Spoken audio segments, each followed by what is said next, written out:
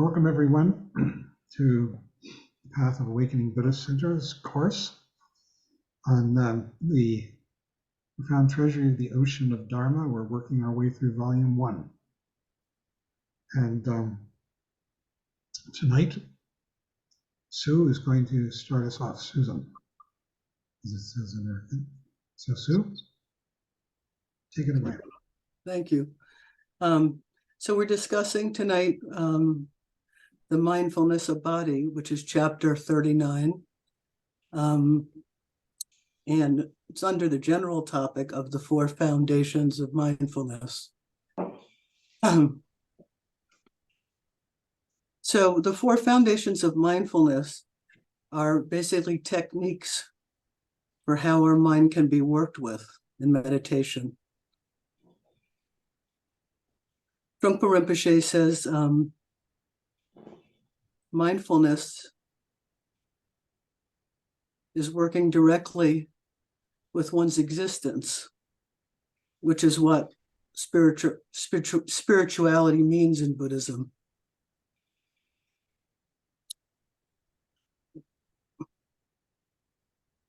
He also says that the 4 foundations of mindfulness help us to free ourselves from too much self-conscious involvement in meditation practice and thoughts, sense perceptions, and emotional playback. The foundations of mindfulness teachings are very old. They were first mentioned in such texts as the Satipatthana Sutra.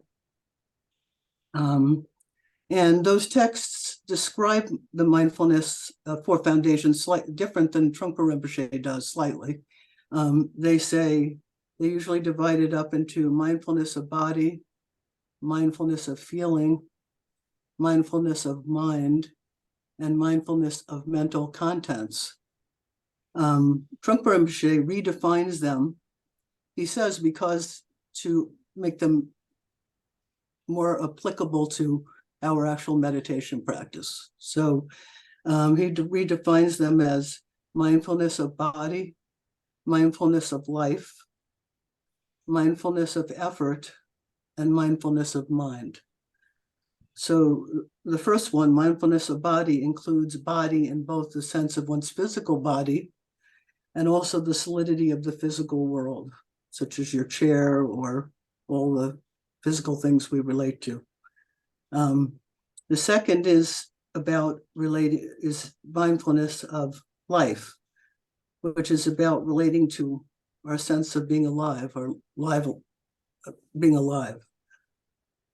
The third one, mindfulness of effort, is based on mental concentration or coming back from dreams and fantasies into the present moment, the discipline of that.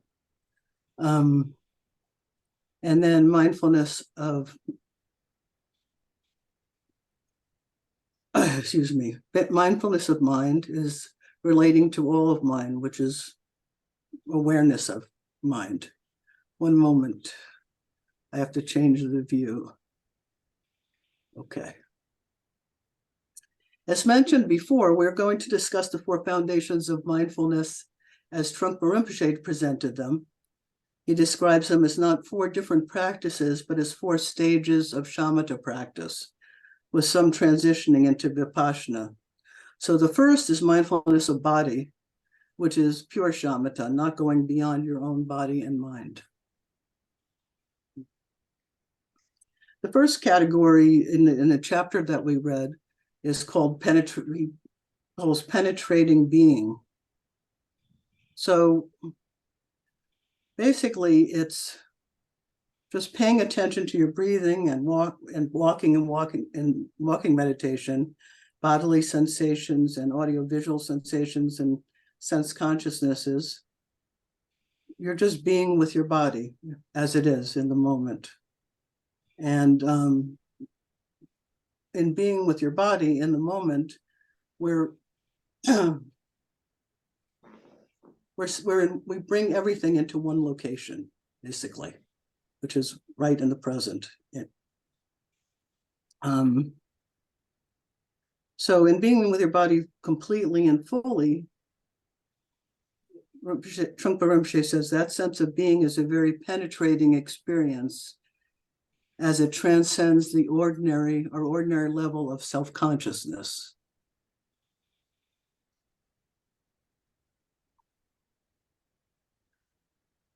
And also he mentions the idea that there's no real security. We're basically, our security is that we're in one location in this spot, breathing.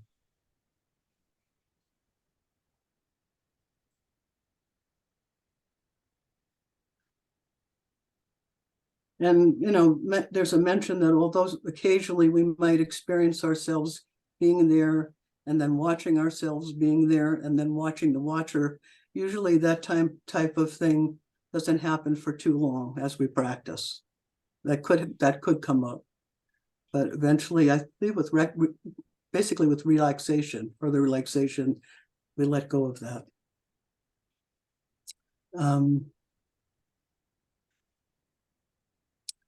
Mindfulness of body is connected with the need for a sense of being, a sense of groundedness, being a human being on this earth, seated on our cushion.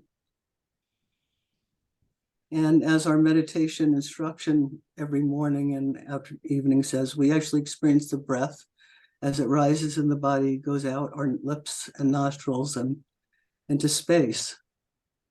Just sitting and breathing, being right there on the cushion. Mindfulness of body also includes the bodiness of everything around us, the grass, water, moon, sun and moon.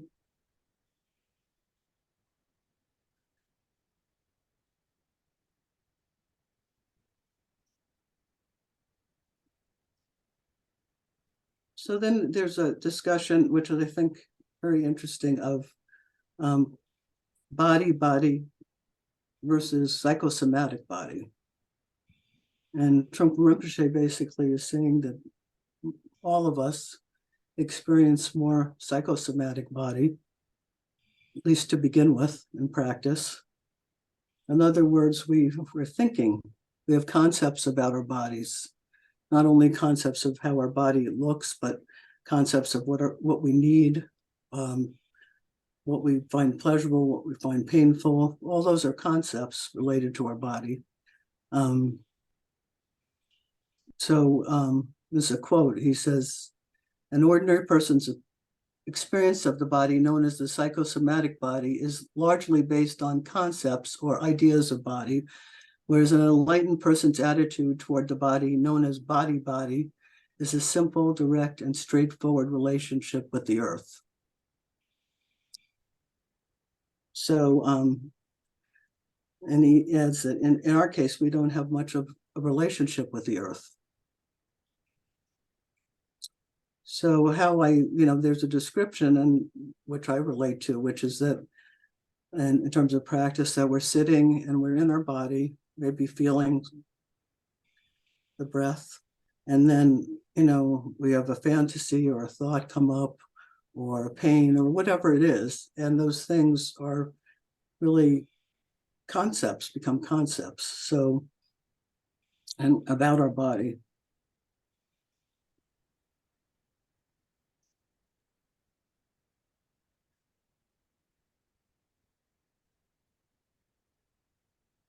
And Trungpa Rinpoche says all of this is mind imitating body activity.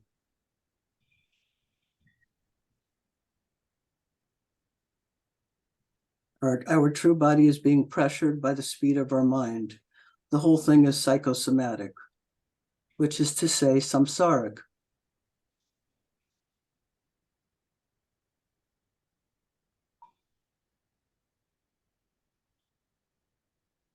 Which is an interesting thing. And I don't know if at this point, if people have any questions about that. But I know we usually don't quite take questions in the middle, but I just feel like this idea is sort of challenging or interesting. I'm wondering if people have questions. If not, I'll go on. Or thoughts. Philip? Well, sure. Thank you for the opportunity. I found this part of the chapter somewhat dense and confusing. Mhm.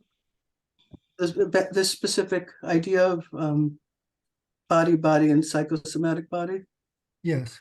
Um, the the chapter made much more sense to me in the latter half when he began talking about just sitting, and Mhm. leaving all that behind. So I guess, frankly, this confused me more than anything else. The page that you're on now, Okay. unless it means simply that our body as we always think of it, which I guess I'm coming to this with a preconception of what psychosomatic means. So there's this element of fraud to that. So if you sort of think of it that way, maybe it makes sense, but it never really made sense to me. I read it a few times and couldn't get it to make sense. Okay. Um, Anyone else have any thoughts about that? Don? Yeah, it made me think of I've done some coursework with Reggie Ray, and he's really big into the body and meditation. And he talks about we usually have a concept of our body versus actually experiencing it. And so he does a lot of practices where you're like laying on the floor and getting into the details of your like big toe and how it feels and under the nail and the bone and the skin. And then like you go through your whole body like that, and really get submerged to the point where you're, I don't know how to say it, you're in your body. And then he talks about when people think of meditating with the body, they usually think about, well, I'm meditating and I guess I'll include my body, which is a concept, versus being so immersed in your body that it's like you're meditating from your body. It's not even a thought of your body. You're just there. And maybe that even kind of sounds abstract, but those are the thoughts I was having when you were talking about this, you know, body, body versus psychosomatic body. Okay. Yeah, I mean, I've been contemplating it as I've been, oh, John? That's what, go Okay. ahead, I've please. been contemplating this piece because it's challenging and interesting to me, because if you really look at your experience of your body and what's happening in moment, for example, when we come into the meditation room and we sit down, there's an instruction to come back into your body. Our minds are wherever. And when our mind does come back into the body, we notice different things. But no, it's something to consider, to question. It's not, we're not experiencing. Okay, another example I have for this, for me, is when we're so involved in something and we're in our body, we're so involved that there's total involvement and there's no sense of the concept of it. John, do you have any thoughts about this? I think that there are levels, at least a couple, and that you're going to the deeper one. Mhm. On a shallower level, we have critical and positive as well thoughts about our body. We like this about our body. We don't like that. We think we're, need a haircut. We think too, whatever it may be, too skinny, too fat, too old, too young. And we have these critical, constant, evaluative thoughts about our body, which is, I think, part of what he's talking about as being the psychosomatic body, as opposed to actually just being in the body, feeling it, which is what you're describing that Reggie does. Mhm. And Yeah. But not only that, it's not just this physical body here; it's the whole world. That as we walk down the street, we're saying, "I like this, tree. I don't like that storefront. There's dog poop on the sidewalk. And we're making these comments. This is the physical world as well, which is also our body. And the distinction is between being in the body, really directly in contact with it, in which case it becomes very vivid. there are days and times in your life, in our lives, when the world, everything is so vivid, the colors, the sense perceptions. And when that happens, I think that's the body. Mhm. As opposed, and then it's veiled, it's obscured by all the thoughts that we're having, which is what he's calling psychosomatic body. And it's not just thoughts about me, it's thoughts about all that out there too, because that's our part of our body. The sidewalk, the storefront, the other person, the tree, whatever it may be. The physical aspect that comes in through the senses, through the five senses, is physical, is body. So, Okay, thank you. Is that like opposed to imagination? Is that why it's hard? Because we think of psychosomatic as being illness? Yeah, I think that word can be a little misconstrued because of that. I think you put, you're right. I think And it's how we create things instead of feel things, I guess. Is what I Yes. was thinking. That's very good, very clarifying. Thank you. One thing I was noticing, and I don't know if this relates to anybody, but I was just noticing that I don't really see myself. I see out. So unless I look in a mirror, I really don't see myself. But my perception of my body is just what's in front of me, maybe a little bit down the front. It's just interesting that way. We really don't see our whole bodies unless we look in a mirror. Anyway, I'm moving along. Thank you, I just want to everybody. say, and when I look in the mirror, I'm very critical of Yeah, this, see that. very critical.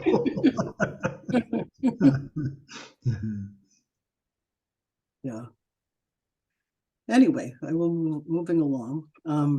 So May I just say one thing that popped in? I think, this is where posture comes in. I did a few years of psychotherapy with Bernie Weitzman, who some of you know, and he would look at me and be like, and just tell me, he's like, this is what, you had this narrative that you're a complete piece of garbage.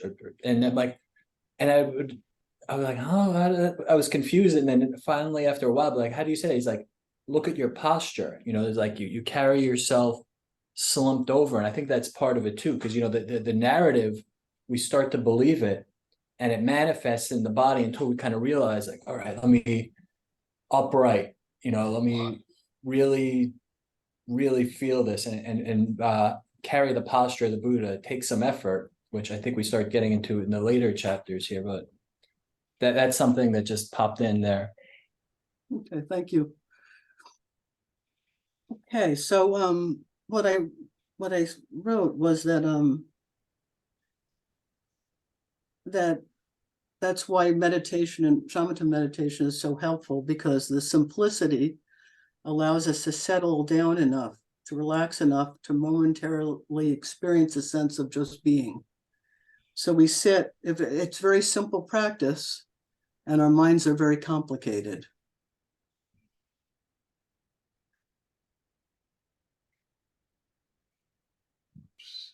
You're muted somehow.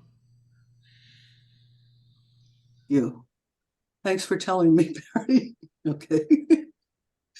So anyway, I'll start again then. So this is why the direct, simple practice of shamatha meditation is so helpful, because it simplifies everything down to breath, posture, breath and body, and just being. So we sit and we work with the breath. We identify with the breath, particularly the out breath, and you breathe out and there's a gap, a space, which is like an opening, an expansion.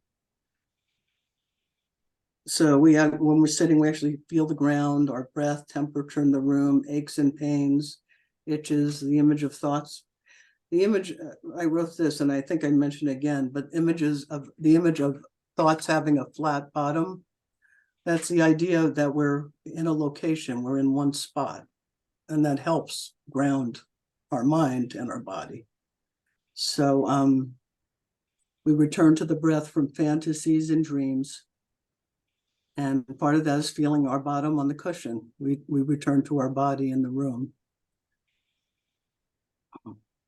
So then there was a description of how the Kagyu lineage is known to be very simple.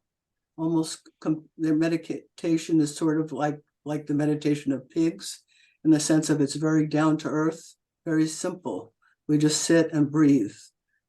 And there's not a sense in which there is in other mindfulness meditations, which is like what Don was describing, of looking into each part of the body and feeling the breath coming and going and analyzing. And but the practice that Trungpa Rinpoche introduced is very simple, direct. The breathing is representing of the body. Mixing mind and breathing, mixing mind and space. And he says that you can't be too gullible either. You need to know what you're doing. So how I interpret that is that we need to understand what we're doing. We need to study, which we're all doing, and understand why we're doing it. And then there's a little story about why, of a student of the Buddha's that he couldn't do mindfulness meditation. He couldn't work with the breath. He would forget the technique. And he was given a technique to do, which is to sweep, and to just say sweep and clean as he was sweeping. And even that he had difficulty with remembering. So then he was given a meditation, which was really to feel his abdomen rising and falling as he was breathing, and that worked for him. So he was able to feel it. So therefore he was able to work with mindfulness.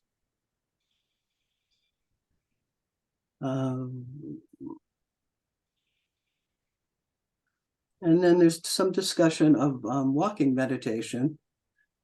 We're using your legs, awareness of your legs moving through space, and that's what you're focusing on.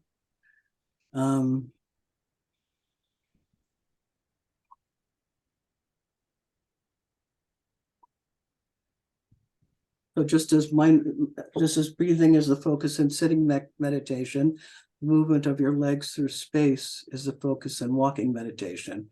And it's very helpful because, when you're walking, sometimes you generate more thoughts as you're walking, at least I do. It really helps to come back to that, and also feeling your whole body in space. And then there's a reminder, Trungpa Rinpoche says it, of using sensations and feelings in your body as reminders to come back. So you have a crick in your neck or an itch or whatever happens that way, and you use that as a reminder to come back, to notice it and come back. And it brings you back.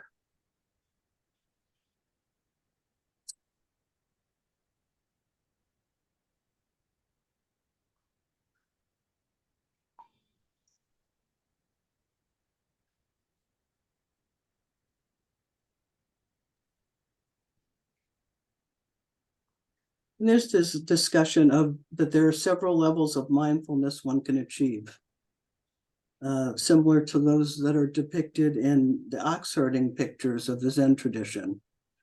So, and it goes through some of those. At first, you're just watching yourself. Then you do not have to watch yourself because you can feel your own footprint, which reflects how confident you are. And then as you go along, you begin to feel that you're very much in control of everything.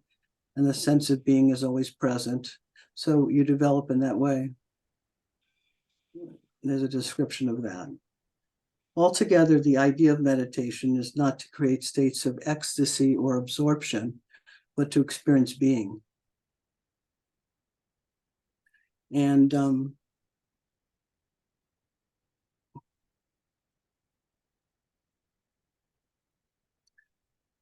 this is an interesting concept idea too, because many people, at least in the past, I don't know, when I was getting into meditation, were very into meditation in order to get to a higher plane, a higher state somewhere else, where some state of peacefulness that was beyond where they are at.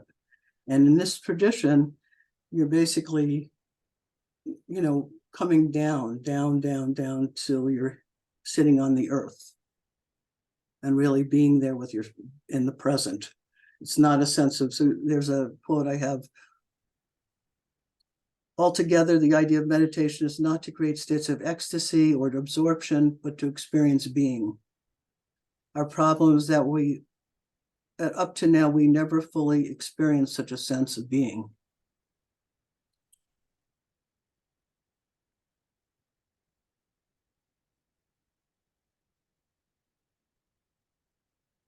So as part of that is that, well, we've all discussed, have studied this, but we're making friends with ourselves because we're not trying to be in another place or another time. We're being exactly where we are, where we are in this very moment, and aware of different things happening in our being at that moment.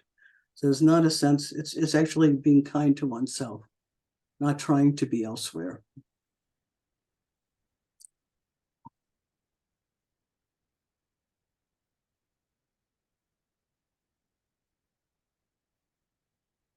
And another quote, which is that mindfulness means that when you sit and meditate, you actually do it.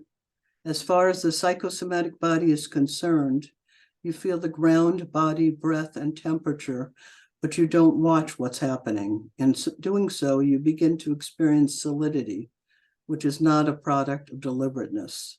So the sense of solidity is just being right where you are and relaxing.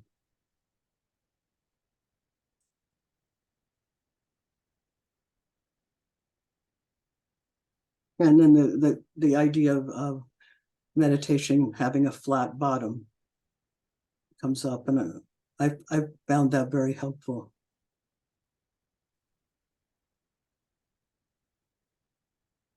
So Rinpoche says that is the mindfulness of body, solidity, and connection with the earth.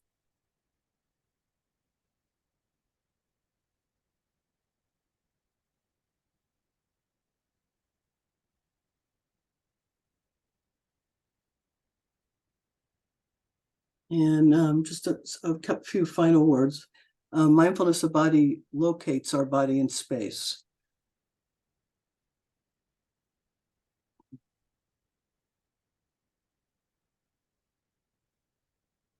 Or it's another word that's helpful to me is experiential body or experiential body.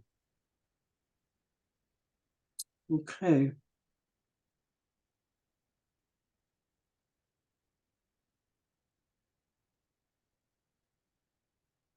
So that's all I have. Are there any questions on this section? Mindfulness of body. Phil. Well, thanks for the presentation, Susan. I found that very helpful. And as I mentioned earlier, the chapter came together for me on the last page, what you'd read a couple of times. The idea of meditation is not to create states of ecstasy or absorption, but to experience being, what John was saying, to experience being. In meditation, there's a quality of both being and rest. And then he says over and over, mindfulness means that when you sit and meditate, you actually do sit. He says you just sit. So you sit and you sit. You go on in that way constantly. You're simply trying to remain as an ordinary human being. When you sit, you actually sit. Mm-hmm. So that part of it made a lot of sense to me, but the front half, not so much. Okay. Yeah. Henry? Thanks, Susan. I actually wasn't going to say anything, but there was something kind of coming through before, and I wonder if you can clarify it. But when you're talking about that front part with the body and psychosomatic body, would it be helpful to think about it as like basically lacking the self-consciousness that we normally have about body, where we're kind of more centralized in our awareness, like how you're describing your experience? Mm-hmm. Okay. I just wanted to kind of clarify that. So wait, Um, what's your question? What is your question? I'm not sure. how just the connection with the lacking of self-consciousness, where we're not looking with any sort of like, witness or editor looking back at us, but just actually being in the body. And I wonder if that clarifies anything. I guess I'm confused more about what the confusion is, because I want to go into that space of where the confusion is. Okay. Okay.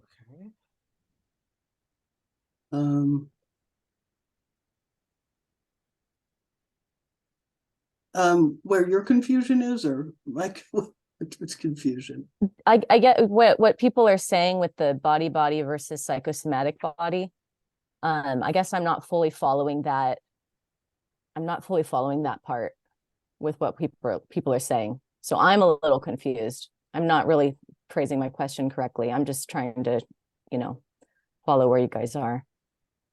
Or maybe So Philip has something to say. This might help. To use Joan's expression, it's moving from dream to reality. That's how I guess I'm finally interpreting it. The psychosomatic body would be like this dream body, and the body would be the reality body, the human being. Okay, thank you. I'm trying to, because I haven't been in this class with you all, so I'm trying to just come in somewhere. I think psychosomatic, that's good. I mean, psychosomatic is also just all the thoughts and concepts and ideas that we have about our body. That they may or may not be accurate. We all have lots of concepts about our body. So body is just being there. Body. We'll keep talking about it. It's okay. Okay, thanks. Anyone else? Miriam, Miriam has a hand raised. Oh, Miriam. Hi. Yeah, I was gonna say hi. Thank you for that.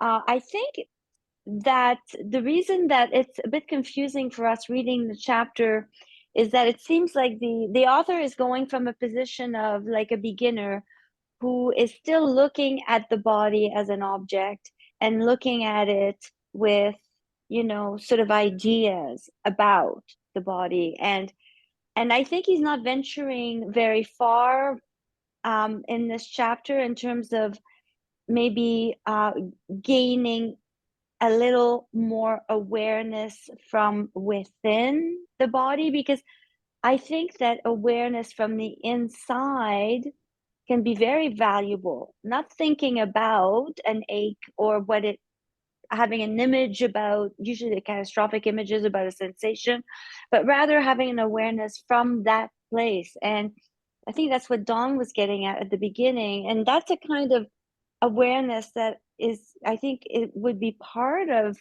the realm of awarenesses. So rather than spacious awareness, it's a local awareness. And I think that has to be expanded upon a bit later, maybe, or by other people. But at the end of the chapter, we get to being embodied, at least. So we are not a head and a body. We are kind of an embodied presence with just the ground holding one piece, And I think that's the progress that you can expect from sitting, rather than being lost in your head too much. Because ultimately you want an integration with the entire body. The body's speaking to you all the time, sending all kinds of signals, but it's not the way we think about it. We want to go beyond that. I think that was the point of the chapter. Anyway, Well, mindfulness of body is the basis for doing meditation and for everything else, being in your body. Because when for example, when we're having dreams, there's dream body, but it's a sense of just batting all around. There's no place to come back to in the dreams, well, at least for my level of practice. So in terms of meditation, we need this basis. This is the foundation, which is being in our body on a cushion, and we're using the breath as our relating to being present, because the breath is always happening in the present. So you're right, it's like the starting point. It's the basis. the foundation. John, do you have any thoughts about it, or? Oh, okay. Paul? I thought that the part about the, when a lot of people, when we first start to meditate or think about meditation, first it's like, I would talk to patients. I was a chiropractor, and I would talk to patients about meditation, and they'd say, "Oh, I can't stop thinking."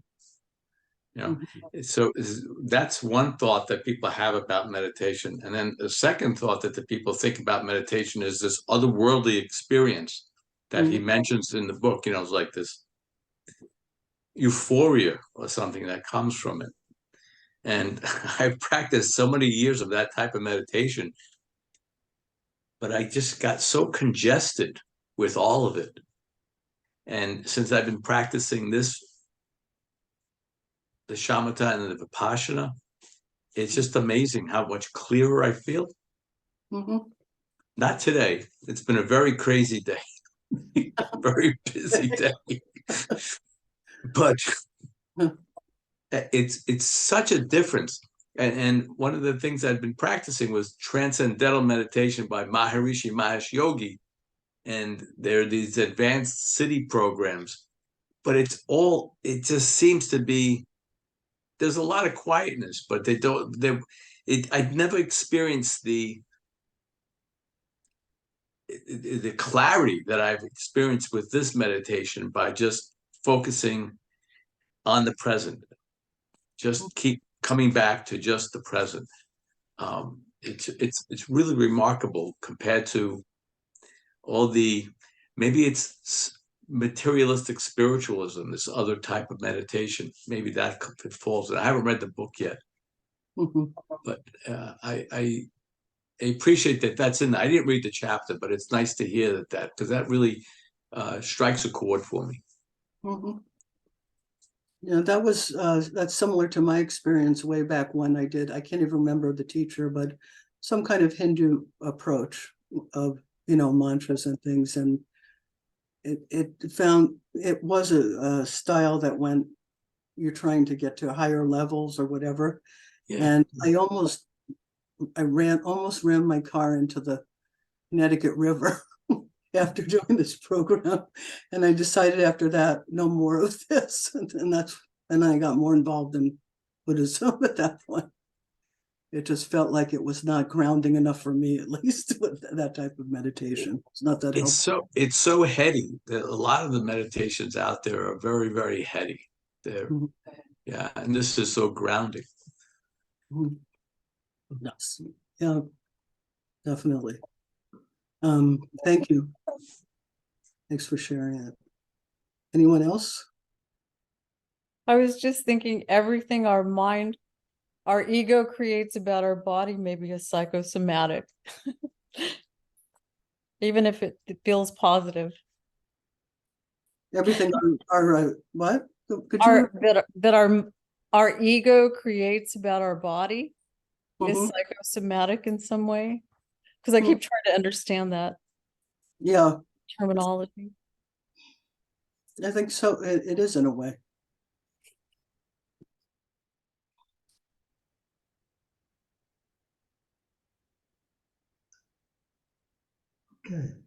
Okay. If there are other questions, we could go on to the next chapter, I think. John was going to present on that.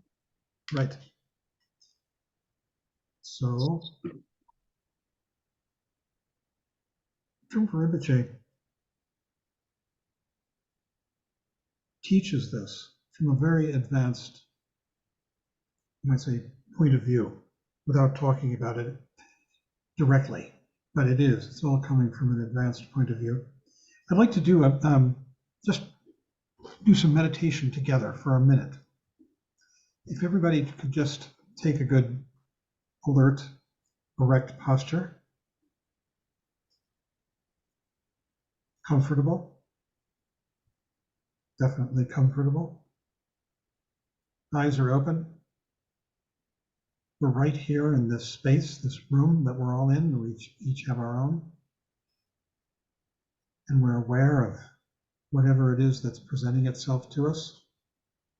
This image on the computer screen, windows, walls, furniture, perhaps pets, who knows, anything and everything. And we are easily and very naturally aware of whatever is presenting itself to our senses. And different things show up from time to time. These sounds, these sights. Now that I mention it, the physical sensation of your body. Perhaps you weren't thinking of it before, but now that it's been mentioned, it's there. Probably not much in the way of smell or taste at the moment, but there has been and there will be. All the objects of the five senses present themselves to us inevitably, unstoppably. We can't stop it really. All we can do is shift our attention to something else, and then that's what's presenting itself. And so we rest here in this open awareness. We can let go and relax. Thoughts come and go, and we can let them come and go. No good or bad.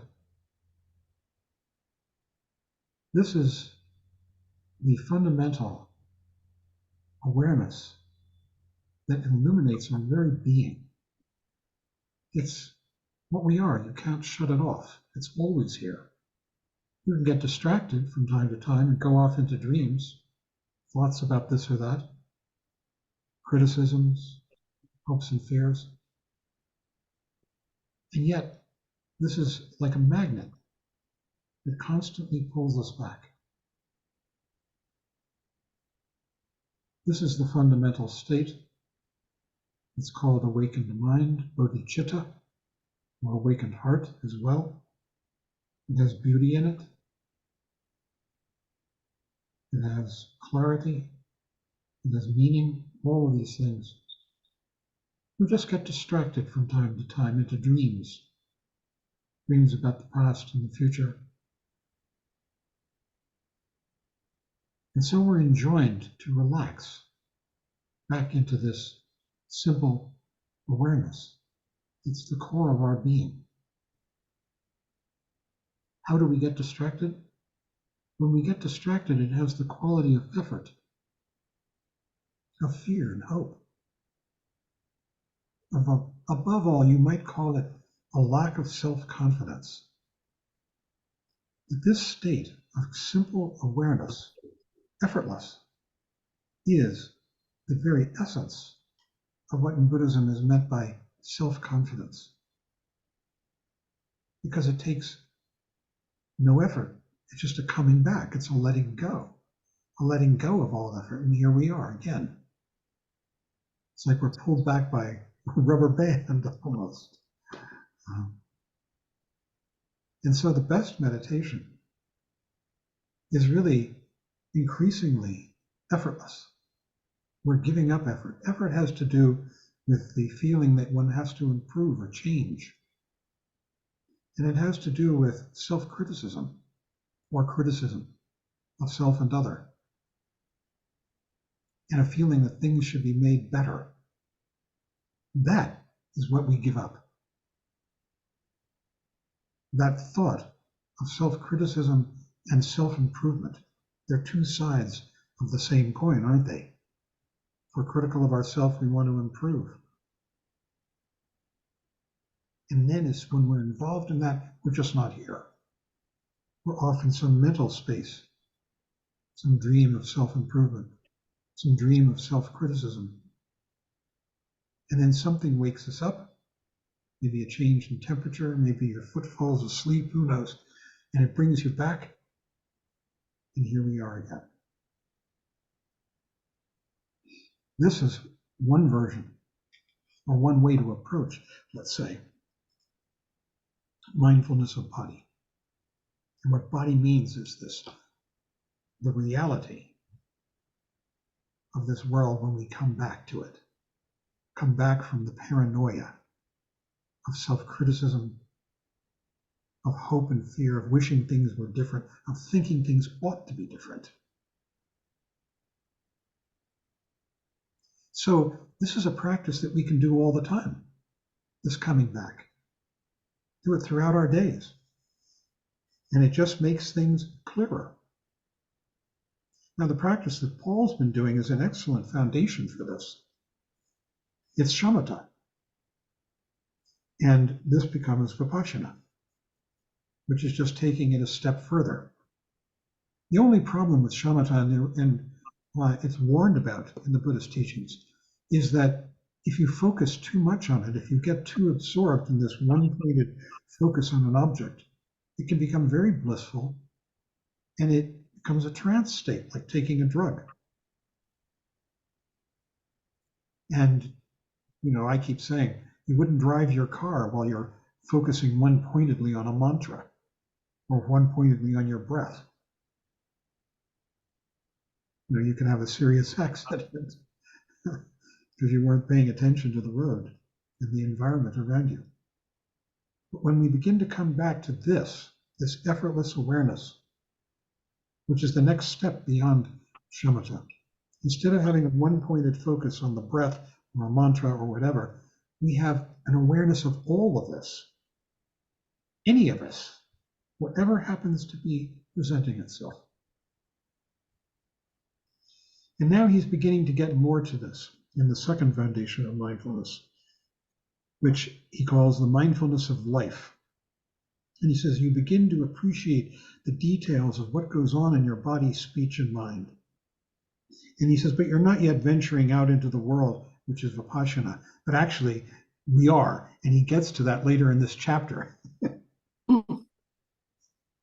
He says, we don't want to be involved with ambition and its correlate, self-criticism. There it is. Self-criticism, when you're critical of yourself, then you have this ambition to improve.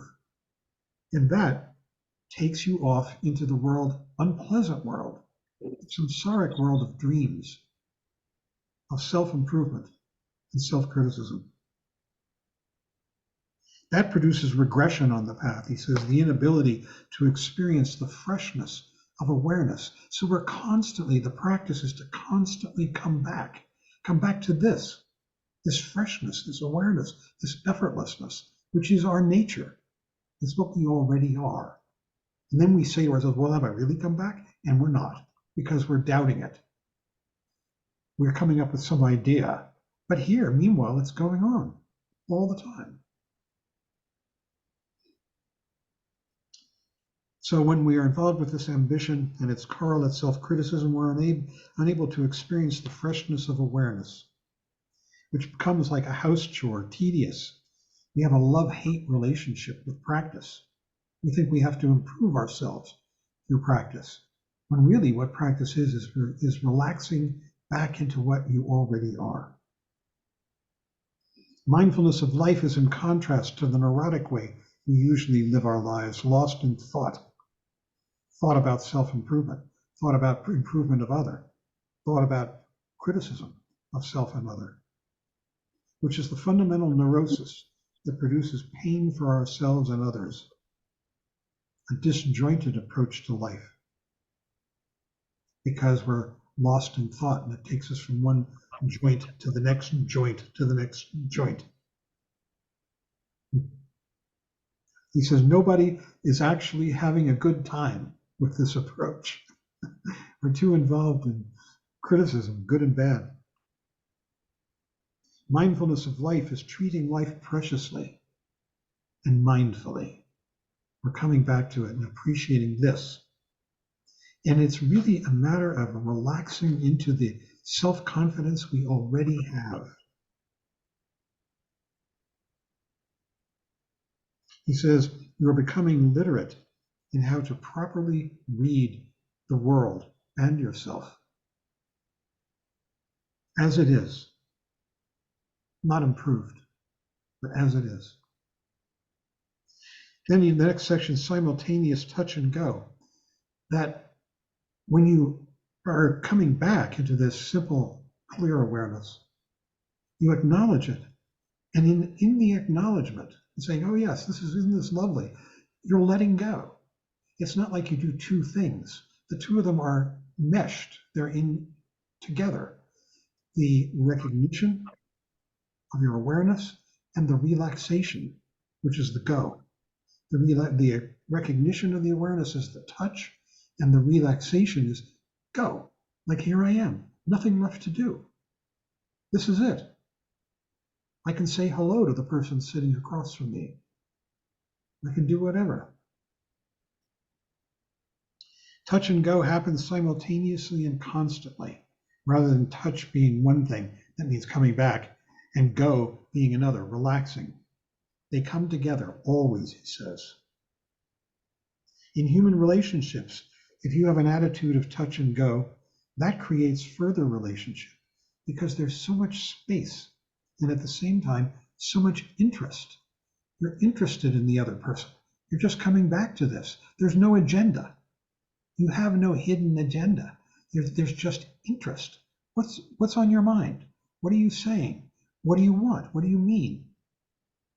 It's just a constant, who are you? I want to know. Let's make love. Let's make friendship. Let's make whatever. He says, with touch and go, you do not have to secure your practice, but you could simply tune into it. It's a question of confidence. Confidence is key. Confidence is knowing that this is it, that there's nothing more, that you can just come back and relax and give up ambition. The next section he calls survival. This is actually the editor who's putting these headings on this. Sowa, surviving, to live. He says that neurotically, we're trying to protect ourselves from death. But in the second foundation, whenever that survival instinct arises, like, how am I doing? Am I safe? Am I good? Am I doing it right? Whenever that arises, we acknowledge it by saying, thank God I've survived. You don't say that, not by saying that, I'm sorry, not by saying, thank God I survived, but by saying, I'm alive. I'm here. So be it. I'm reading this. I'm reading it wrong. I wasn't.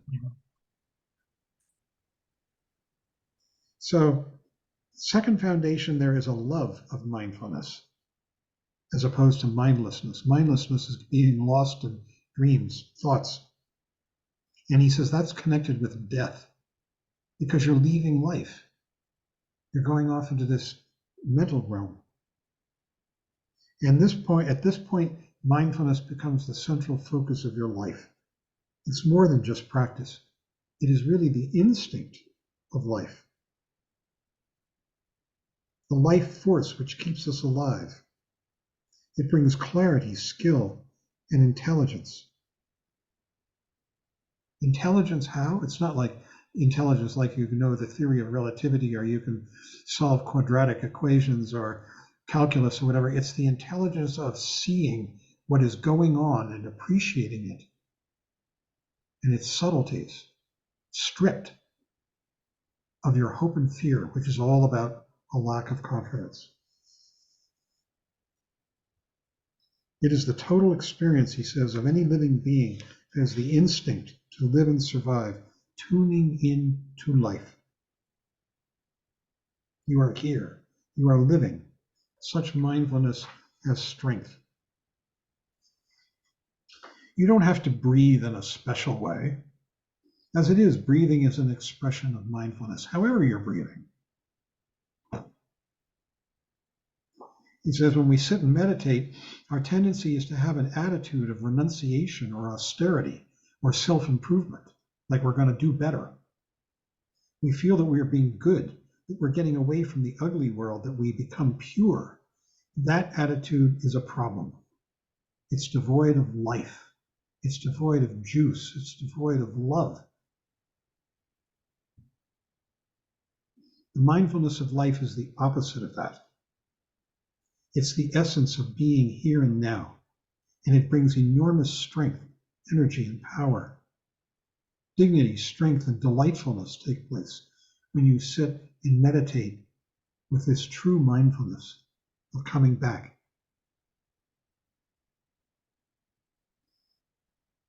Because once you have that sense of life, you don't hang on to it. You just touch and go all the time. You acknowledge it. It's always here. It's always here waiting for us. And we acknowledge it and relax. That's the go.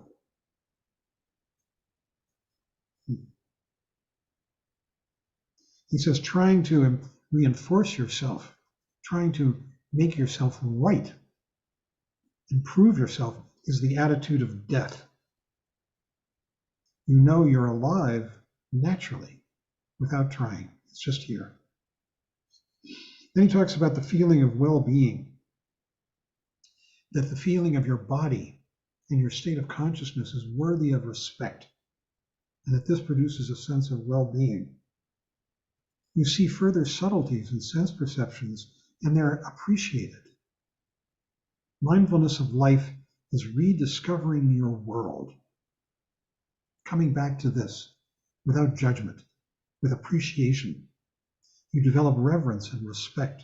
You're able to experience magic, majesty, beauty, and well-being, not only in the meditative state, but in ordinary states. In fact, the ordinary states are becoming meditative states. The two are merging, meditative and ordinary states. Ultimately, your ordinary mind is your meditation. It says well-being is based on appreciating your own existence rather than being conditioned by that or this, rather than trying to live up to some external standard. Simple awareness. The well-being of body, speech, and mind, he said, well-being of body is like a solid mountain with no mist or rain. Of speech is like a stringed instrument with no strings, so that there is no communication with a musician. A musician. It's just there. Of mind is like a great lake with no ripples, waves, or wind. It is simple, majestic, uninterrupted. All of this has this tremendous quality of being as it is. Body, speech, and mind.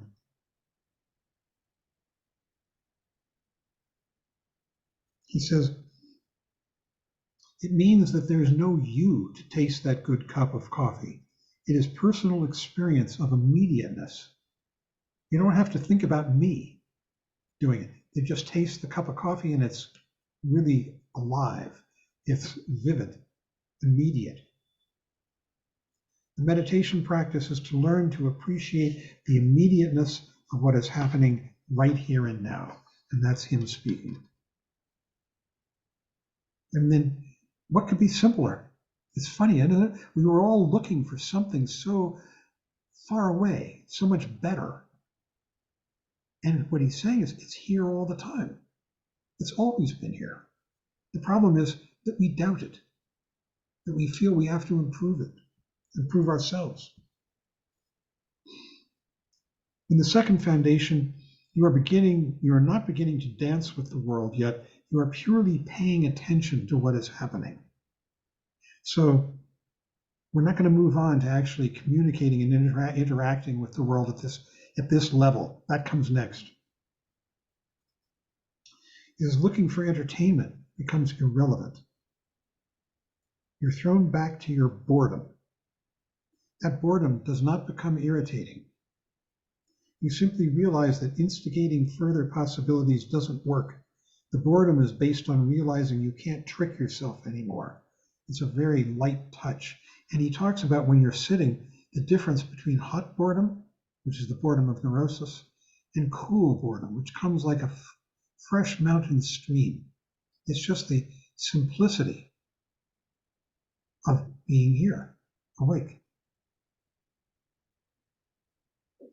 He says you relate with irritation, if you're irritated with yourself, as an expression of well-being.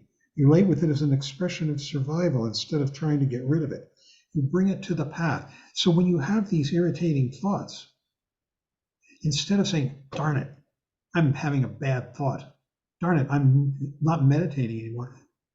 At any point, you can bring it to awareness and make it part of your awareness. Oh yeah, I'm having that irritating thought. And when you do that, it diffuses it and lets it go.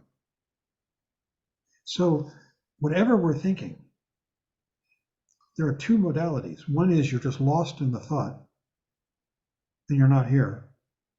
And the other is you realize you're having a thought. And when you do, drop any kind of self-criticism, that would be being engaged in thought again, see it, accept it. It's really a matter of self-acceptance when you are willing to accept your thoughts. You're being kind to yourself. You're saying it's okay. And at that point, you can see it and it goes. Thought only happens when we have an agenda. And the agenda is to self-improve or self-criticize. So he says you make it part of your awareness, an expression of your being at that moment. And he says the subtle effort of mindfulness of breathing is also an expression of well-being. Well, that's what we're talking about. The well-being of this, the wholesomeness, the healthiness.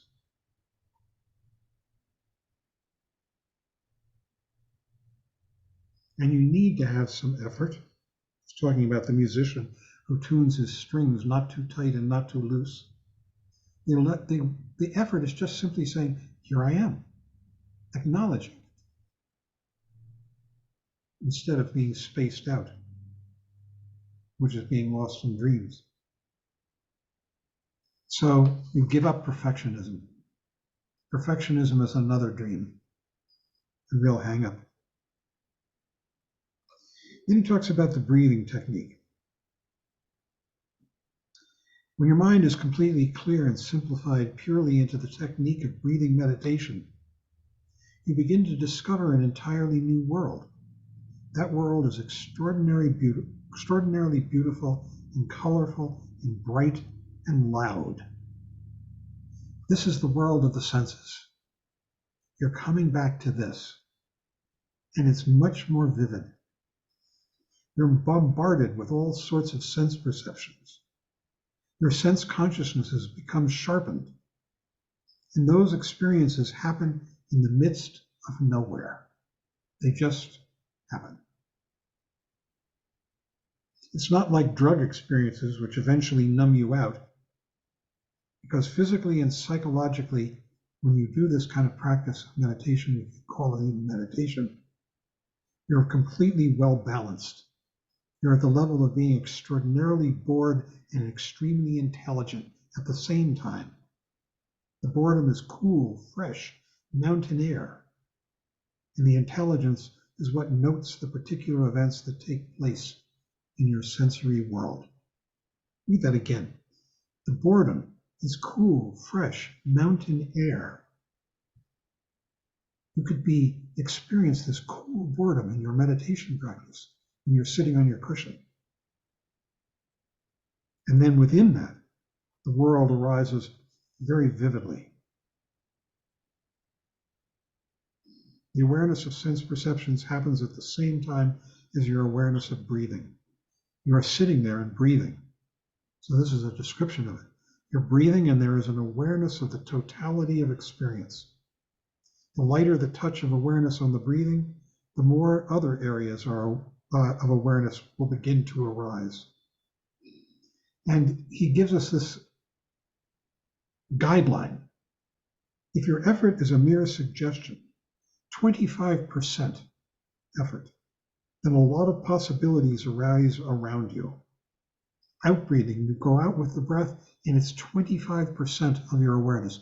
The rest is the environment around the breath.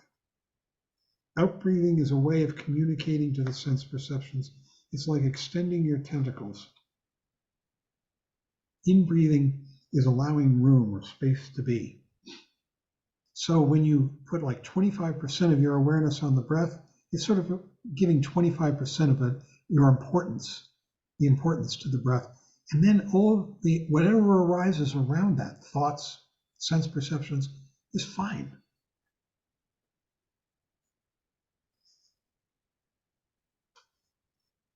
As you become one with the breathing, that means giving up self-doubt, self-improvement. Your mind is not completely, when pointedly involved with breathing alone. You begin to feel the effect of clarity. This is going to saying the same thing. With this clarity, it's as if you don't have any bodily defects or malfunctions. So you can walk easily, move your arms easily, wink easily, and breathe easily. You can do other things as well. And in the meantime, you can think, and you watch the thoughts come and go, and you let them go.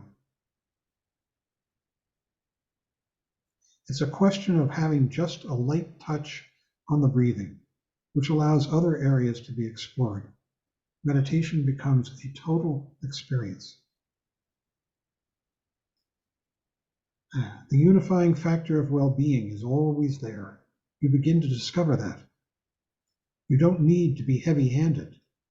You can radiate your consciousness in all directions and be able to detect every area with light, but precise observation. We can do it right now. You're right here, just aware of whatever it may be. He says, if you're too serious, meditation becomes imprisonment rather than an expression of freedom.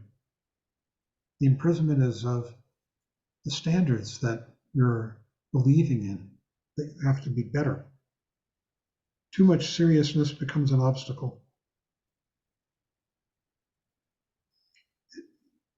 Everything will be self-liberated by practice as long as your approach is light and right here and light. He says meditation is already there. This is what I've been saying, we've been saying. You just have to tune into that state of being. Formal sitting periods make it more definite.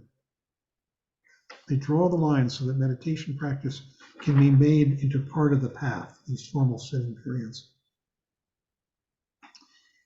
And you can invoke the magic involved. In this second foundation, the focal point is still on the breathing. The idea is to pay attention to the breathing as an ongoing focus and let the rest come and go. The breath goes out, everything else is coming and going, your thoughts, the awareness, the sense perceptions, and so on. You're discovering the old, new world, though the experience is still very ordinary. Here in mindfulness of life, appreciation is spacious, not hungry. Appreciation of all of this is easy and spacious without being hungry. There's a quality of subtlety. You appreciate the details of life and feel you have them available. For instance, you appreciate that it is a good day today. The whole environment is absolutely non-paranoid. There's lots of room for everything, including your own appreciation.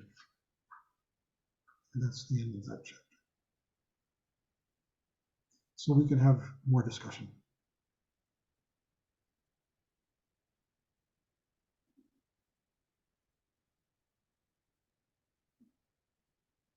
Philip. So this relates back so strongly to what we've been talking about in terms of awareness and attention. Those things really seem to be prerequisites for appreciation. Like if you can be here now and pay attention, then you can discover that you're in a world that you can appreciate. You can finally see it. Yeah. And also that the best way to be here now is through total effortless acknowledgement that we already are here now. That we give up the effort. Effort is always involved with self-doubt. It's the product of the watcher. Rinpoche used to talk about the watcher. He hasn't so in this book. The watcher is like an extra being that we carry around on our shoulder. And he's saying, you're not doing it. Now that's better. That's bad. This is good. And he's making these extraneous comments, criticisms. Here we go.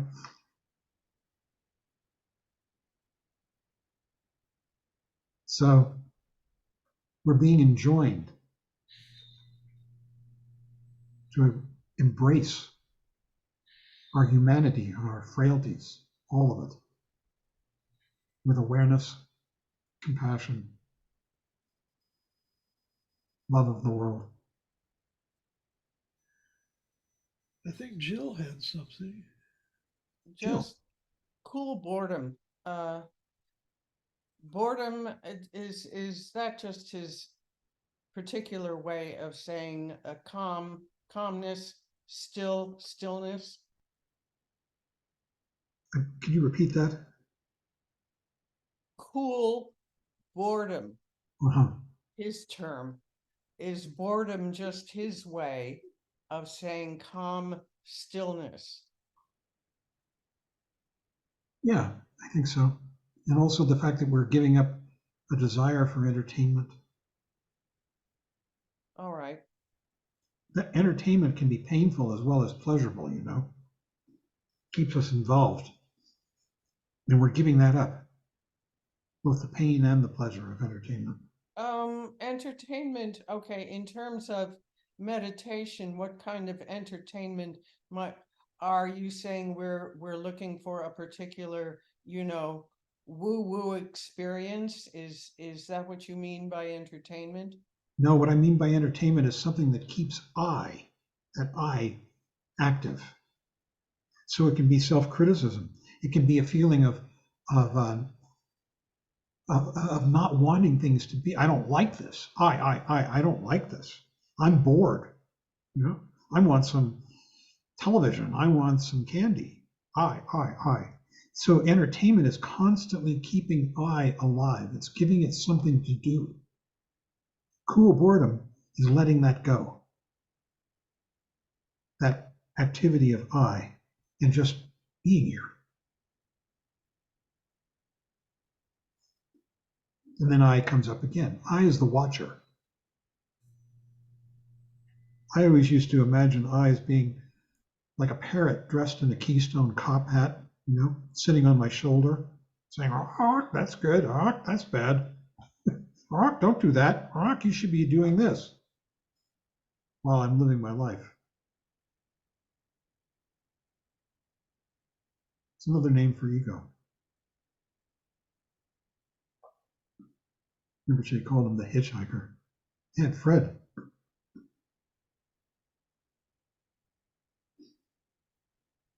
Well, one thing that sticks out in this chapter is one sentence. Whenever there's a threat, that heightens the feeling of life. And especially when you consider that with neurosis, which is thinking there's a threat where there's no threat. And I don't know if anybody's ever had, a threatening experience or like near death. So something that just popped in my head right now. I remember I was walking down 7th Avenue, maybe like 29th Street, and I'm really in this depressive narrative. And out of nowhere, some homeless guy charged at me. And without even thinking about it, I just slid out of the way and I had my hands up ready to fight before I even knew it. And I walked away so cheerful. I'm like, there's something in me that just is alive. And, that's a perfect moment for that, aggression or something. But, I think we're in neurosis, like we so want to be alive that we look for situations to pick fights where there are none.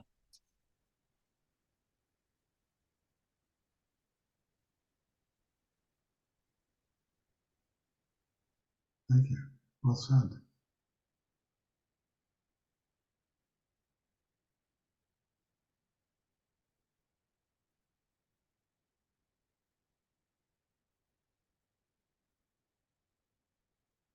We're so hard on ourselves and our lives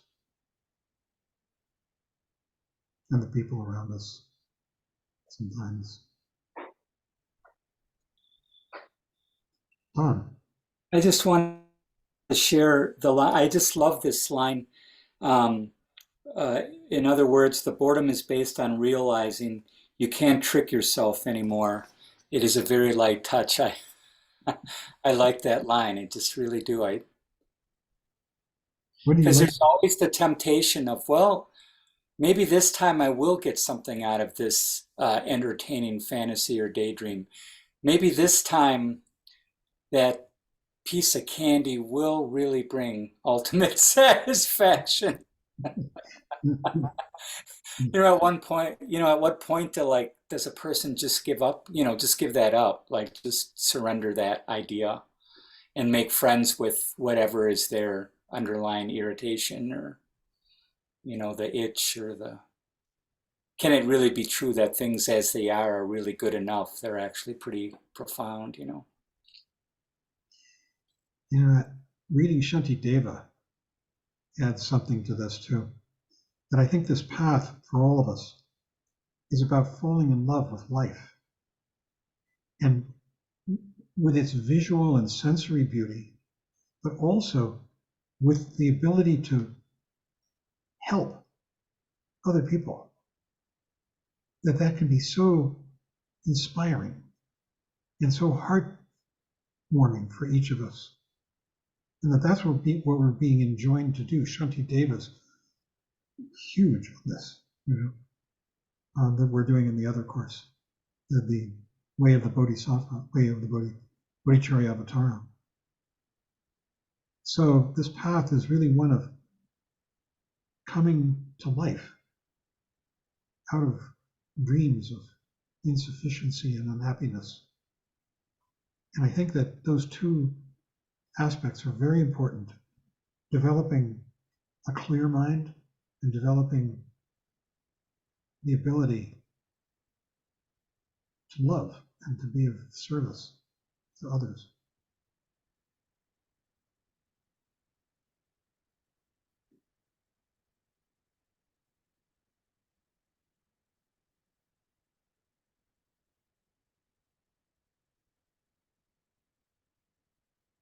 I felt about Trungpa Rinpoche that from the moment he opened his eyes in the morning until he went to sleep at night, he was just interested in the person sitting across from him or around him, the people. It was just constant engagement. And that's a lesson. Was he ever alone? Was he ever what? Alone. Yeah. Yeah, sure. Yeah. I mean, I'm just remembering him sitting, going into his office, and he's sitting there at the desk alone. Yeah. Sure.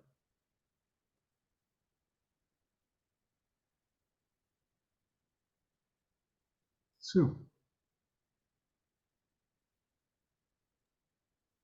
I really like that phrase that he says, alive, so be it.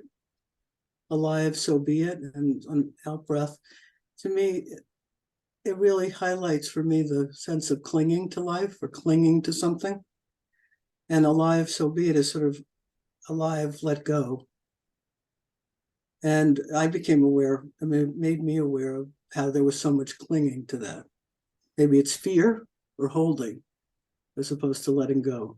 Can you explain it more? I mean, I don't think I've ever heard that one. Alive, so be You it. said it. It's, alive, so be it. Oh, I see. Okay. Letting go. But it's just the sense of aliveness, not having to hold on to aliveness, not having to hold on to myself.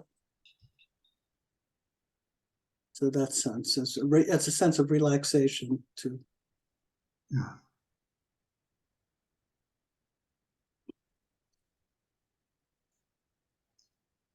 You look like you're thinking something, Shani.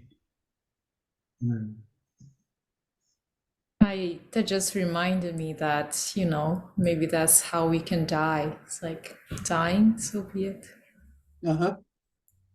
And I was reading Mingyur Rinpoche's book, In Love with the World, where he wasn't like, so the background story is that at age 36, he went on this wandering retreat without really telling anyone around him, other than consulting with his father, Tuku Ujin. It's like 10 or 20 years before he actually went on the retreat. And he didn't think that he might have a life-threatening situation, but he ended up like having a serious near-death experience. And it's just amazing how much he was able to let go after he realized that he's dying. And it's like living, dying, to him, there really isn't much difference. But yeah, that's just wonderful book, by the way.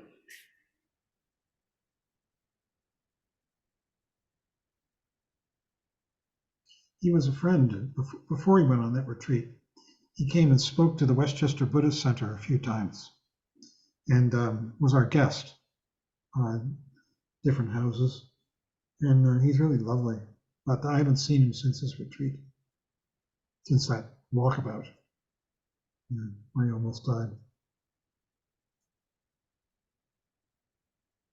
Who he is, Mingyur Rinpoche, there are 4 brothers, one of whom I don't know about.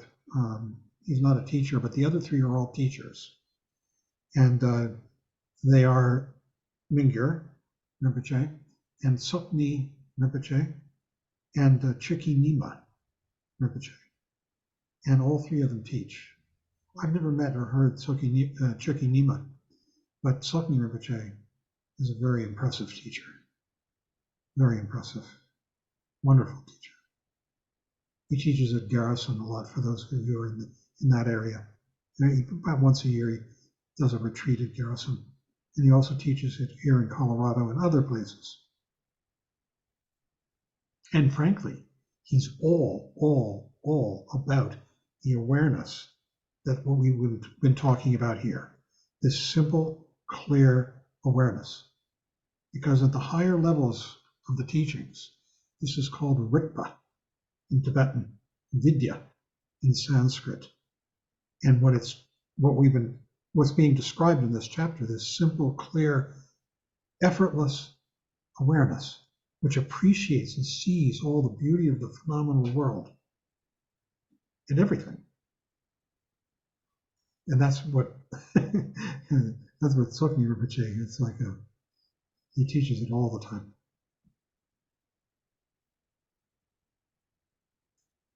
We're just about out of time, I think. We are. So who's going to lead the chants? Shini, do you want to lead the chants? No? Sure. That would be a long time since the last time I do it. Okay.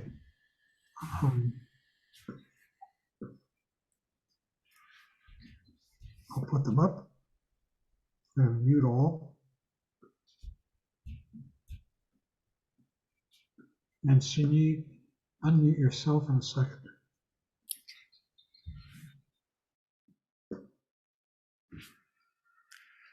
We close by saying a prayer for peace and in dedicating the merit of a meditation and class for the benefit of all sentient beings.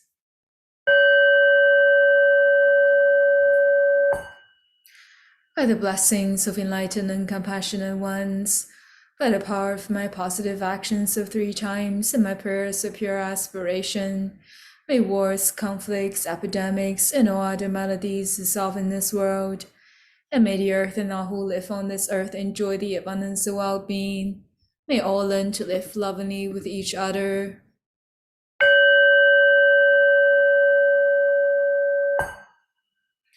By this merit, may all obtain omniscience. May he defeat the enemy wrongdoing. From the stormy ways of birth, old age, sickness, and death, From the ocean of samsara, may I free all beings. By the confidence of the golden sun of the great east, may the lotus garden of the Rigdon's wisdom bloom. May the dark ignorance of sentient beings be dispelled. May all beings enjoy profound brilliant glory.